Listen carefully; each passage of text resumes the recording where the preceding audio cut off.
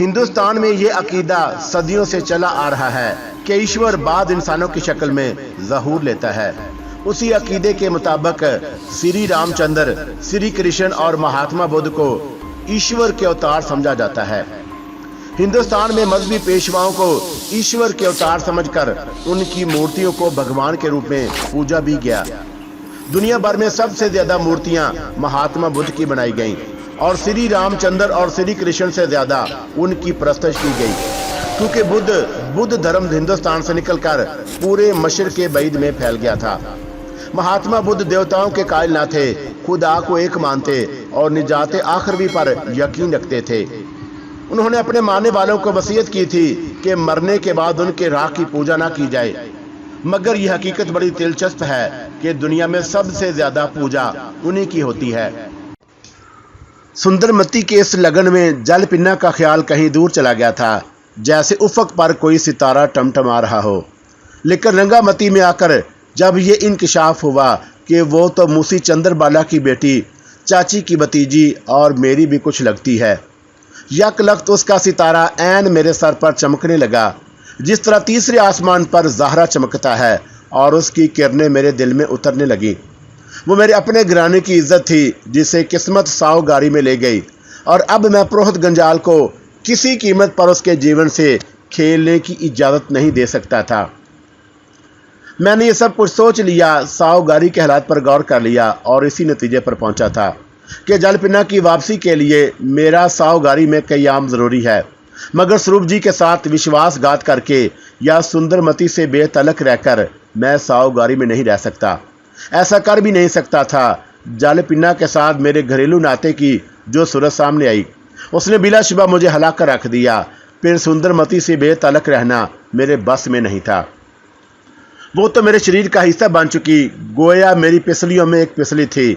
मैं उसे न छोड़ सकता था, और अब तो जलपिना की भटकी आत्मा को सावगारी के पुर इसरार मुक्ति घर से रहाई दिलाने के लिए भी मुझे सुंदरमती को कबूल करना था। मगर चाची सूरत हाल को समझने से कासर थी, जिससे मैं दो चार था।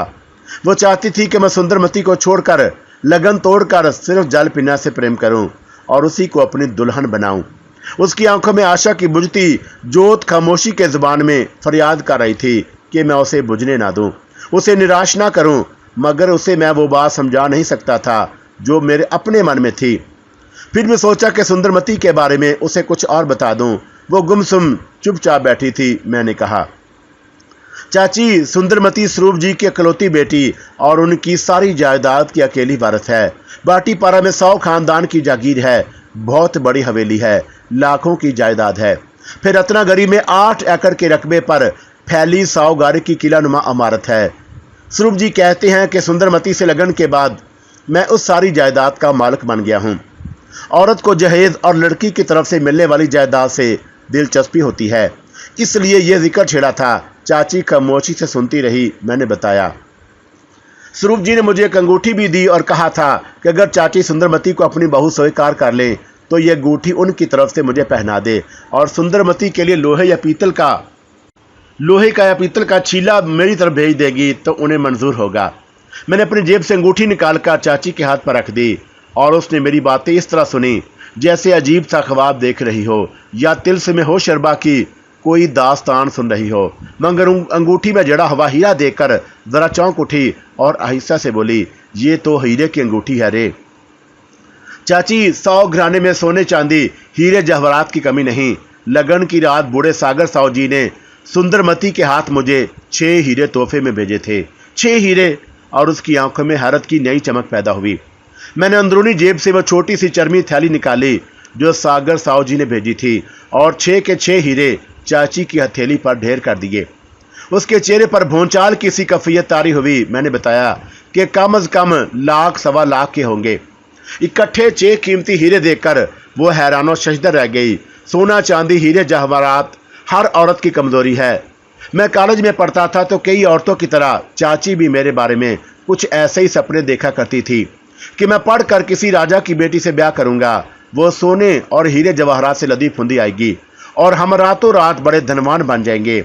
आज मैंने उसके सपनों की ताबीर उसकी हथेली पर रख दी और महसूस कर रहा था कि उसके मन में कोई जवार भाटा सा उठ रहा है।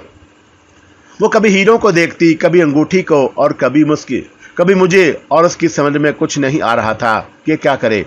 उसे जल पिन्ना और सुंदरमती में से किसी एक का इंतखाब करना था। मैंने पूछा, क्या सोचा है चाची? यकलख्त वो किसी ख्वाब से चौंकी। तू क्या चाहता है? मुझसे क्यों पूछती है? जो मन में आता है कर। वो गमगीन लहजे में बोली, और तुझे इसलिए पूछा है कि भगवान के सामने तेरी मर्जी पूरे करने का वचन दे चुकी हूँ, और मैं अपना वचन तोड़ूंगी नहीं, वही करूंगी जो तू चाहता है। फिर स्वरूप जी की भेजी हुई अंगूठी मुझे पहना दे और सुंदरमती को अपनी बहू स्वीकार कर। उसकी पलकों की चिलमन में आंसुओं के मोती अटक गए और आवाज भर आ गई, मेरी जल पिन्ना का क्या होगा? जल पिन्ना की फिक्र न कर, वो मेरा प्रेम, मेरी महेश्वरी, मेरी जान, मेरी आन है। और सुंदरमती मेरी सरस्वती, मेरा इल्म, मेरा ज्ञान, मेरा निर्वाण है। फिर शायद बेदहाने में उसकी जुबान से निकल गया, और मंजूरी क्या है? वो मेरी पार्वती, मेरी मंगेतर, तेरा कौल और मेरा सपना है। चाची ने पागलों की तरह मुझे आंसुओं की चिलमन से देखा और हैरत ज़दा सी बोली, क्या सूफी अब्दुल जब्बार की तरह 3 औरतें घर में डालेगा?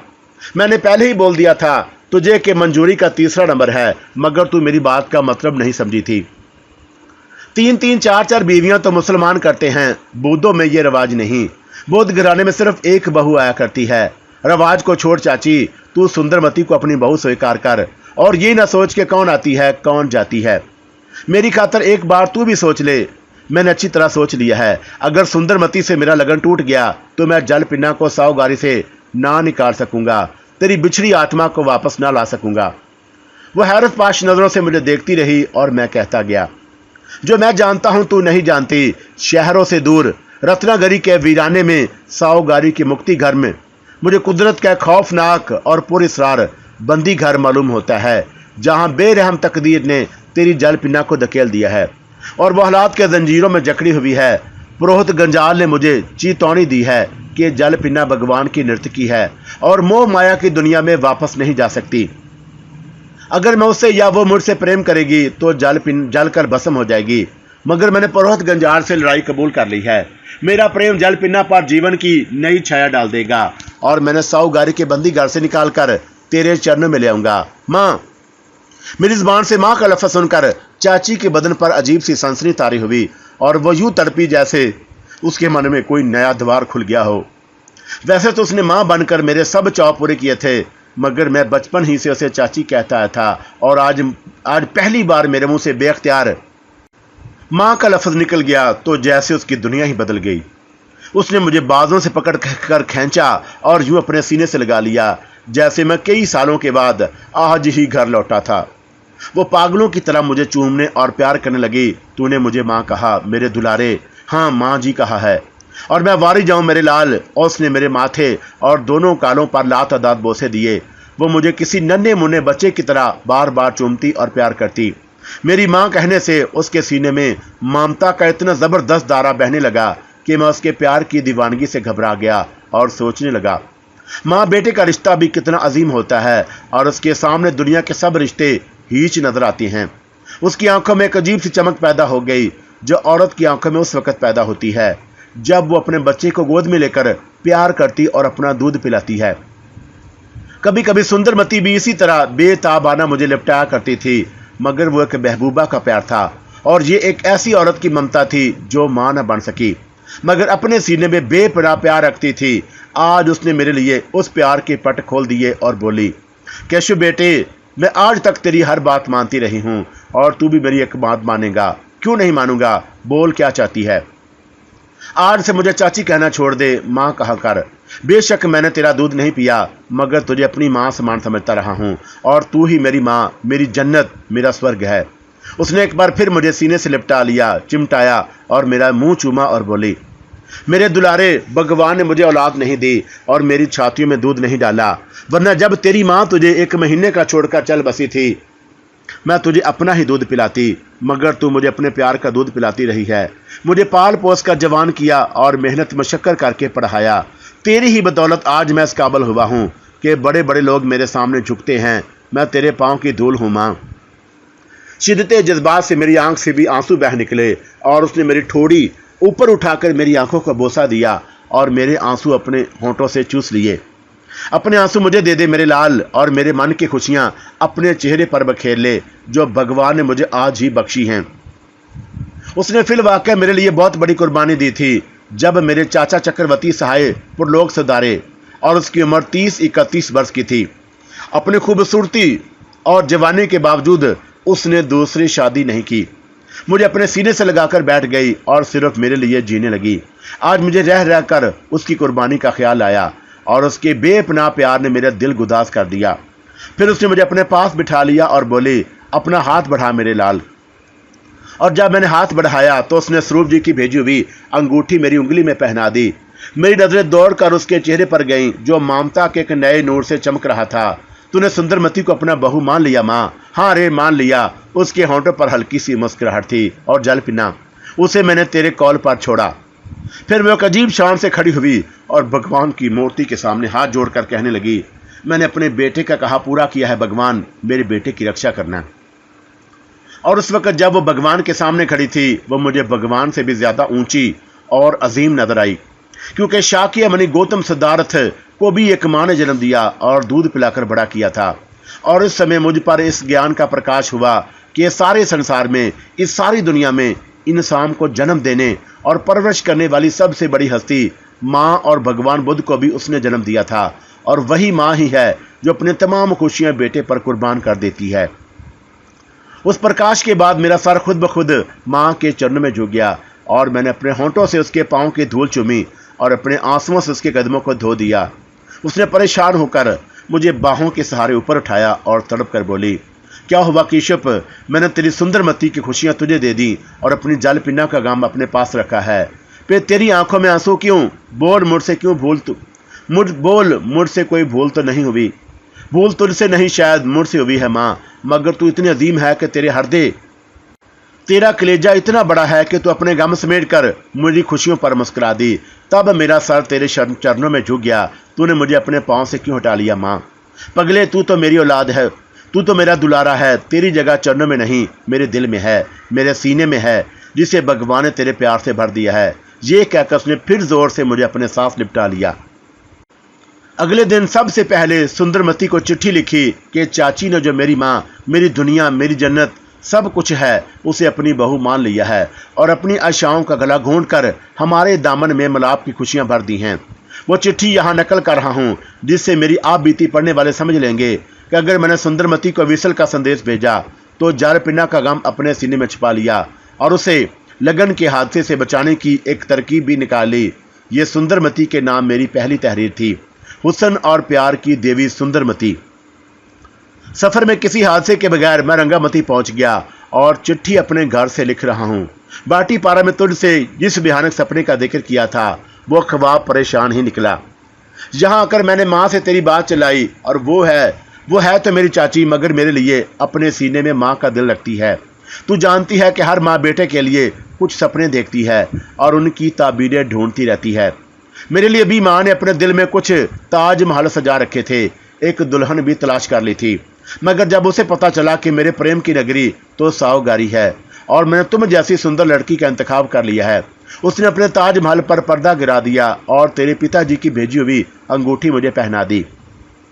तुझे अपनी बहू स्वीकार कर लिया। अब वो चाहती है कि मैं तेरी फूलों की सी पालकन उसकी आंगन में उतार दूं, लेकिन यही नहीं जानती कि तुझसे लगन करके 100 घर के मुक्ति घर का वारिस बन गया हूं और अब मुझे भी तेरे पुरखों की तरह वहीं जीना वहीं मरना होगा। फिर भी माँ को तेरा सुंदर रूप दिखाने और आशीर्वाद लाने के लिए तुझे एक बार रंगामती जरूर लाऊंगा और तू देखेगी कि मेरी माँ हजारों में नहीं लाखों में एक है। मैं जानता हूँ कि यह खबर सुनकर माँ ने तुझे अपनी बहू कबूल कर लिया है। तेरा मन खुशी से झूम उठेगा।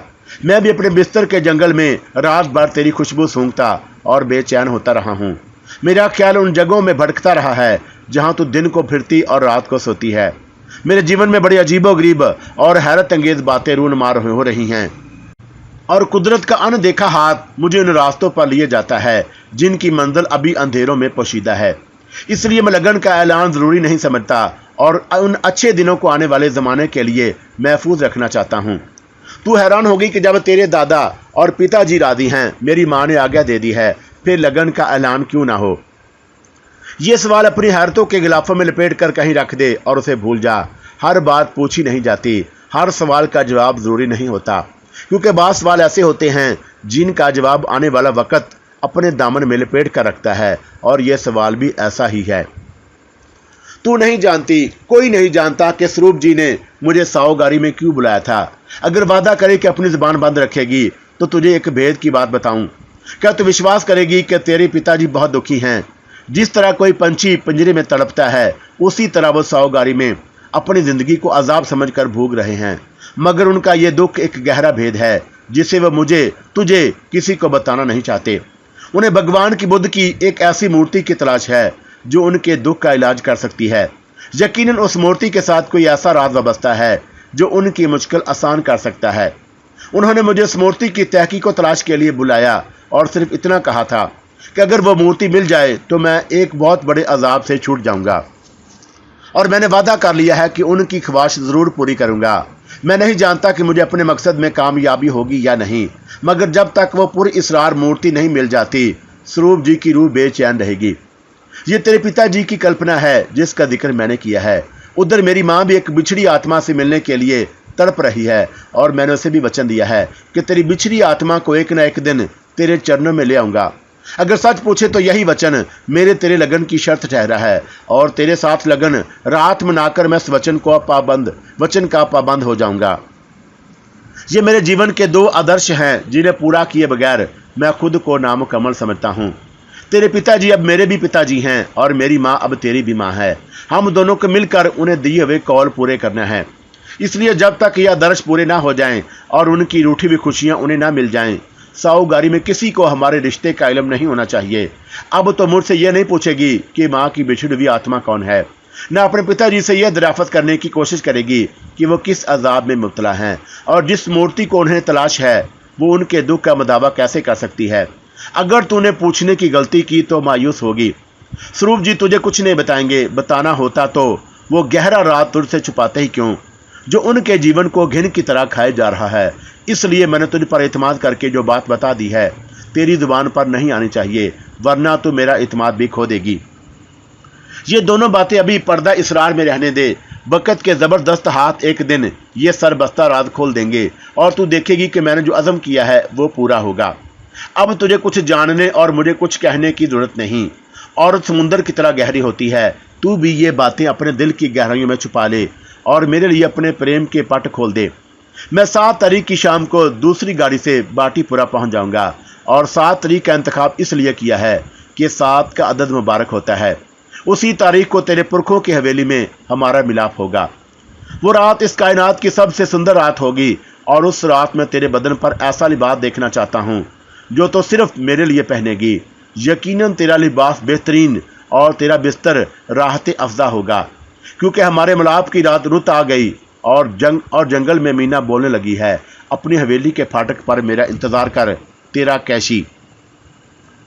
चिट्ठी बाटीपुरा के पते पर पोस्ट करके घर की तरफ लौट रहा था कि चलते चलते अचानक मेरे ज़हन में झमाके से होने लगे, और सोचने लगा कि अगर मैं स्वरूप जी की मतलूबा मूर्ति ढूंढने में कामयाब हो गया तो उनसे हर शर्त मनवा सकूंगा, और सुंदरमती के साथ जलपीना को भी अपना लूँगा। यही सोच रहा था कि ख्याल आया कि जिन दिनों मैंने स्वरूप जी के फरमाइश पर पीतल की मूर्ति पर मजमून लिखा था, उसकी अशात के चंद रोज़ बाद कलकत्ता के एक बुद्ध प्रोफेसर ने मुझे किताब दी और ताकीद की थी कि मैं उसे ज़रूर पढ़ूं।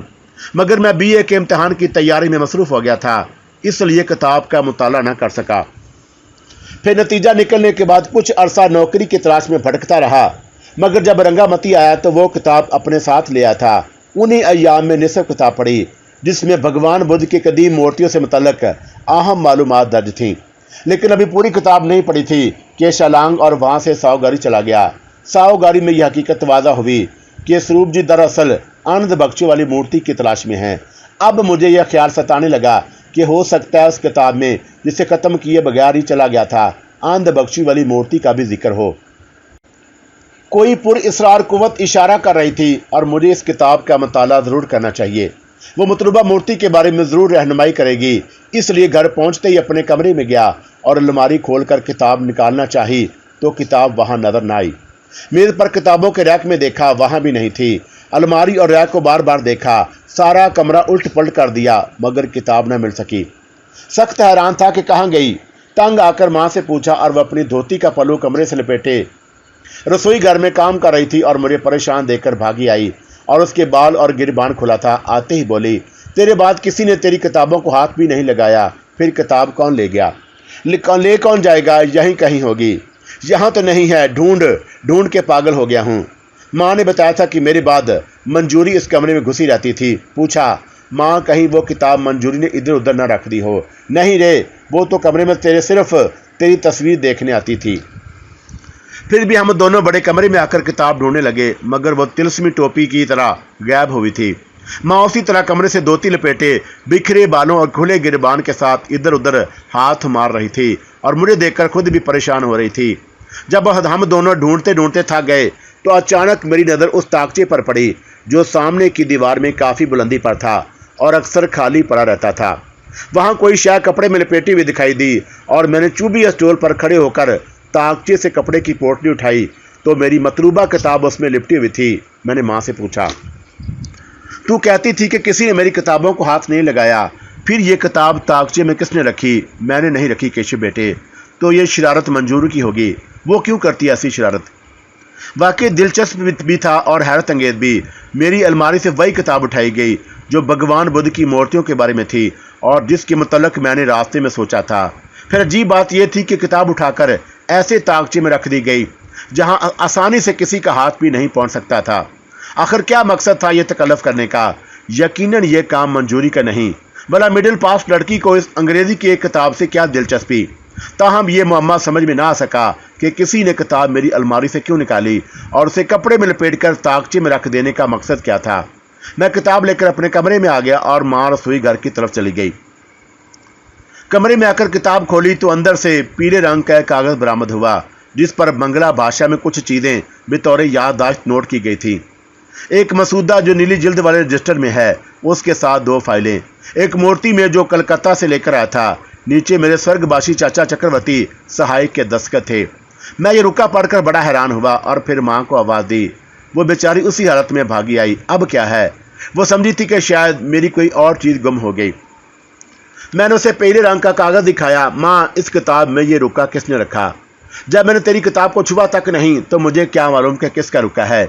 चाचा जी का, कुछ चीज़ें लिखी हैं। उसने हैरतज़दा नज़रों से पीले कागज़ को देखा और बोली, ज़रा दिखा तू। मैंने कागज़ उसके हाथ में दे दिया और वह यूँ तड़पी जैसे बिजली का शाक लगा हो और उसकी आंखें फटी की फटी रह गईं। अरे केशव, ये तो वही रुका है जो तेरे चाचा ने सपने में मुझे दिया और कहा था कि मेरी ये चीज़ें निकाल कर रखना, फिर आकर ले जाऊंगा। मैं बुरी तरह चौंका और हैरान होकर बोला, मगर तूने मुझे चिट्ठी में लिखा था कि वो रुका सपने में कहीं गुम हो गया है। हाँ, मैं रुका कहीं रखकर भूल गई थी, समझी गुम हो गया। इसलिए जब सपना टूटा मैं परेशान थी कि उनका रुका ही खोल बैठी हूँ तो चीज़ें कैसे निकाल कर रखूँगी। मगर अच्छा हुआ कि यह कागज़ मिल गया। और तुझे यकीन है कि सपने में चाचा ने यही कागज़ दिया था? क्यों नहीं, यही पीले रंग का कागज़ था। देख, उनके दस्तखत भी हैं। मामला बड़ा अजीब और नाकाबिले फहम था कि चाचा माँ के सपने में आए और एक रुका देकर चले गए। माँ वो रुका कहीं रखकर भूल गई या खो बैठी। ये सब कुछ सपने में हुआ था, मगर अब वही रुका मेरी किताब से बरामद होता है और ये भी कहती है कि माँ ने किताब को छुआ तक नहीं। मैं सोचने लगा कि कहीं ऐसा तो नहीं कि चाचा ने अपनी ज़िंदगी में कोई रुका माँ को दिया हो और ये कहकर जल्दी में कहीं चले गए हों कि मेरी वापसी तक ये चीज़ें निकाल कर रखना। मगर माँ ने वो रुका खो गया और जब चाचा घर लौटे तो उस पर बिगड़े होंगे कि चीज़ें क्यों नहीं निकाली। अब कई बरस के बाद वही वाक़या खूब ख्वाब में दोहराया गया हो, मगर माँ ने मेरे इस ख्याल की तरदीद की और कहा, उन्होंने जीवन में ऐसा रुका मुझे कभी दिया ही नहीं। वो अपनी चीज़ें खुद संभालते थे। फिर काबिल गौर बात यह थी कि जिस किताब से रुका बरामद हुआ वो मैं चंद महीने पहले कलकत्ता से लेकर आया था और उसमें रुका रखने का मतलब यही था कि वाक़या पुराना नहीं, ताज़ा है। मगर ये बात मेरी समझ से बाला थी कि माँ को रुका तो ख्वाब में दिया गया और वही रुका हकीकत में मौजूद था। वो मेरी हालत को बांध कर कहने लगी, अरे परेशान क्यों होता है? तेरे चाचा जानते थे मुझे भूल जाने की आदत है और वही ये रुका इस किताब में रख गए और किताब ताकची में संभाल गए होंगे कि कहीं खो ना जाए। ये एक और पुरअसरार मामला था कि एक मरा हुआ आदमी घर में आमदो रफत रखता है। मेरा जहन उस बात को मानने से इनकार कर रहा था क्या अजब माँ ने रोका खुद ही किताब में रखा हो और किताब अलमारी से निकालकर ताकची में संभाल दी हो, फिर सब कुछ भूल गई हो, मगर अब मुझे इसके सपने पर किसी दूसरे पहलू से सोचना पड़ा। अच्छा माँ, तूने चाचा की वो चीज़ें कहाँ रख छोड़ी हैं जिनका रुके में जिक्र है? मरने के बाद उनकी सब चीज़ें, कागज़, मसूदे, रजिस्टर, फाइलें, किताबें वगैरह एक बड़े ट्रंक में महफूज कर दी और ट्रंक तेरे पिताजी वाले कमरे में रख दिया था, जिसे तेरे चाचा बंद ही रखते थे, और वो मूर्ति भी जिसे वो कलकत्ता से लेकर आए, उन्हीं चीज़ों के साथ ट्रंक भी बंद कर दी थी। तुझे याद होगा कि आखिरी बार जब वो कलकत्ता से लौटे, चट्टागांग में एक बैलगाड़ी की झपट में आकर जख्मी हो गए थे, मगर इलाज के लिए वहां रुके नहीं। जख्मी हालत में लांच पर सवार हुए और रंगामती आ गए। आते ही अपने थैले से कागजों में लिपटी हुई एक मूर्ति निकालकर मेरे हवाले की और कहा, इसे कहीं संभाल कर रखियो, बड़ी मुश्किल से लाया हूँ। वो पहली चीज़ थी जो उन्होंने मुझे संभालने के लिए दी। उनका ख्याल था कि वो चंद रोज़ में ठीक हो जाएंगे, मगर दूसरे ही दिन जख्म बिगड़ गए, बुखार तेज हो गया और बेहोशी में बड़बड़ाने लगे कि चट्टागांग में किसी ने बैलगाड़ी उन पर जानबूझकर चढ़ा दी थी। ये भी कहा था कि मूर्ति नहीं दूंगा। चौथे दिन वो स्वर्गवास हो गए, मगर मरने से पहले मुझे अपने पास बुलाया और कहा था कि अगर कोई आदमी मूर्ति लेने आए तो हरगिज़ ना देना। उस आदमी का नाम भी बताया था जो याद नहीं आ रहा, मगर उनके मरने के बाद कोई आदमी मूर्ति लेने नहीं आया। अपने चाचा की मौत का वाक़या सुनकर मुझे एक धचका सा लगा। उन दिनों में लड़का ही था, मगर उनकी मौत पर बहुत रोया था। माँ ने बार बार मूर्ति का जिक्र किया तो जिस तरह बादल छट जाने से उनमें छुपा हुआ चांद चमकने लगता है, बिल्कुल उसी तरह मेरे जहन का गरफा भी एक धमाके से खुल गया और मुझे याद आया कि चाचा चक्रवर्ती सहाय ने कहा था कि वह कलकत्ते भगवान बुद्ध की उस मूर्ति की तहकीक करने गए थे जो उनके शागिर्द खास आनंद बख्शू ने बनवाई थी, और बड़ी मुकद्दस है वो मूर्ति। फिर इस ख्याल से मेरी नब्ज़ों में खून का दौरा तेज हो गया कि शायद वो कलकत्ता से आनंद बख्शू वाली मूर्ति लेकर आए हों। ये एक ऐसा लर्जा खेज एहसास था जिसने दिलो दिमाग पर भूचाल सा तारी कर दिया। मैंने लपक कर माँ को कंधों से पकड़ लिया और बेताबी से कहा, चल माँ, वो बंद कमरा खोल और मुझे चाचा की चीज़ें दिखा। ठहर, मैं चाबी लाती हूँ। ये कहकर वो बड़े कमरे में गई और मैं भी उसके पीछे पीछे था। यहाँ ज़रा अपने घर का नक्शा भी बयान कर दूँ। जिस कमरे में आजकल मैं रहता हूँ, ये कभी चाचा चक्रवर्ती सहाय का कमरा था। उसके बेमुकाबल बरामदे की दूसरी जानब बिल्कुल ऐसा ही एक और कमरा है जिसमें मेरे पिता ज्योति सहाय रहते थे। फिर वो खुद भी उसी कमरे में पुरलोक सदारे। यके बाद देगरे जब एक ही कमरे से दो आरतियाँ उठीं, मेरे चाचा वहाँ से अजीब सी वहशत महसूस करने लगे। आखिर सामान निकलवा कर उन्होंने वो कमरा हमेशा के लिए बंद कर दिया और अपनी ज़िंदगी ही में उस पर ताला डाल दिया था। जब चाचा स्वर्गवास हो गए तो मैंने उनकी ज़रूरी चीज़ें भी उसी कमरे में बंद कर दी गई और फिर शायद उसे खोला भी नहीं था। माँ लोहे के बड़े से ट्रंक से अपनी चुभी संदूकची निकालकर चाबी ढूंढ रही थी और मैं करीब ही खड़ा उस अजीबोगरीब इत्तेफाक पर हैरान हो रहा था। जिस मूर्ति की तहकीक और जस्तजू के सिलसिले में मुझे एक गैर मामूली नौकरी मिली और जिसके असूल की खातर शायद स्वरूप जी अपनी तमाम जायदाद कुर्बान करने पर तैयार हो जाएं, वो मताई नायाब तो मेरे चाचा कई साल पहले ढूंढ लाए थे। इसी असना में माँ हक्का मक्का से होकर बोली, कैसे बेटे, चाबी नहीं मिल रही? मैंने पलट कर पूछा, चाबी रखी कहाँ थी? 8 वर्ष पहले इसी संदूकचे में डाल दी थी। याद कर माँ, शायद तूने यहाँ से निकाली हो। नहीं रे, जब मुझे वो कमरा खोलने की जरूरत ही नहीं पड़ी तो चाबी क्यों निकालती? फिर गई कहाँ? इसी बात पर तो हैरान हूँ। मैंने चुभी संदूकचे की तमाम अशिया फर्श पर ढेर कर दी। फिर हम माँ बेटा एक एक शय उठाकर दोबारा उसमें रखने लगे, मगर ये कोशिश भी नाकाम साबित हुई। संदूकचे के साथ ट्रंक भी देख लिया पर चाबी कहीं नहीं मिली। माँ हवास बागता हो रही थी। मैंने कहा, परेशान होने की जरूरत नहीं माँ, कमरे का ताला तोड़ देता हूँ। अपने घर का ताला तोड़ेगा? जब चाबी नहीं मिल रही तो और क्या करूँ? ताला तोड़ना अच्छा नहीं होता। मैं चाबी ढूंढने की फिर कोशिश करती हूँ। अब वो कमरे में यूं ही इधर उधर हाथ मारने लगी। यक लख्त मेरे ज़हन में एक अजीब सा ख्याल आया। मैंने स्टूल पर चढ़कर उसी ताकची में झांका जहाँ से गुमशुदा किताब मिली थी और ये देखकर शहीद रह गया कि उसके कोने में लोहे की एक पुरानी चाबी पड़ी थी। मैंने चाबी उठाकर माँ को दिखाई। क्या ये तो नहीं? उसने जल्दी से चाबी मेरे हाथ से झपट ली। हाँ, यही तो है। मगर उसकी हालत अब देखने वाली थी। वो किसी अनजाने खौफ से कांपने लगी। वही चेहरा जो एक दिन पहले कुछ सुंदर और शादाब हो गया था और जिसे ममता के जोश ने एक नई ताजगी, एक नई खूबसूरती बख्श दी थी, मुरझा कर रह गया। अब मैंने उसके चेहरे पर हैरत और दहशत की परछाइयाँ गुजरते देखी। उसी हालत में वो अपने कपकपाते होंठों से मुखातब हुई, अब तो मुझसे ये भी पूछेगा चाबी आपसे आप संदूकचे से उड़कर ताकचे में किस तरह पहुंच गई। मैंने आगे बढ़कर उसके लड़ते कपकपाते बदन को सहारा दिया और प्यार से अपना हाथ लिपटा लिया। अब मैं कुछ नहीं पूछूंगा माँ, तू घबरा नहीं। मगर मेरे लिपटाने के बावजूद उसका खौफ दूर ना हो सका और उसका बदन किसी नामालूम दहशत से बदस्तूर कांप रहा था। मैंने उसे तसल्ली देने की खातिर पूछा, तू कांप क्यों रही है माँ, तुझे क्या हो गया है? अरे कैशव, ये चाबी भी तेरे चाचा ही ताकचे में रख गए होंगे। फिर क्या हुआ, तू डरती क्यों है? उसने अजीब सी नज़रों से मुझे देखा और बताने लगी, कल जब मैंने मंजूरी को शगन देने के लिए संदूकचा खोला और चीज़ें संभाल कर रखी थी, मुझे याद पड़ता है ये चाबी मैंने संदूकचे में देखी थी, मगर आज ये ताकचे से मिली है। कुछ समझा है इसका मतलब? ये इंकशाफ फिल वाक़या हैरत अंगेज और लर्ज़ाखेज़ था। भला चाबी रातों रात उस ताकचे में कैसे आ पहुंची, तू क्या समझती है? मेरा ख्याल है कि तेरे चाचा मेरे सपनों में नहीं आते, बल्कि उनकी आत्मा भी इस घर में भटकती फिरती है। वो रात भी आई और ये चाबी ताकचे में संभाल गई।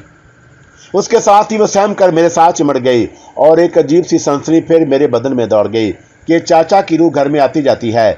आज तक लोगों से रूहों के मुहीरल अकूल कहानियां सुना करता था, जिन पर मैंने कभी यकीन नहीं किया, मगर आज चंद ही लम्हों में जो अजीबो असरार पेश आए, उन्होंने मुझे हैरान परेशान कर दिया।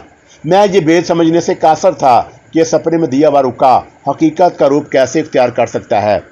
सूफी अब्दुल जब्बार ने ख्वाब और कशफ की कुछ कैफियतें बयान की थी, और अगर माँ के सपने को भी कशफ समझ लूँ तो वाक़या कशफी आज़ाद हो गया।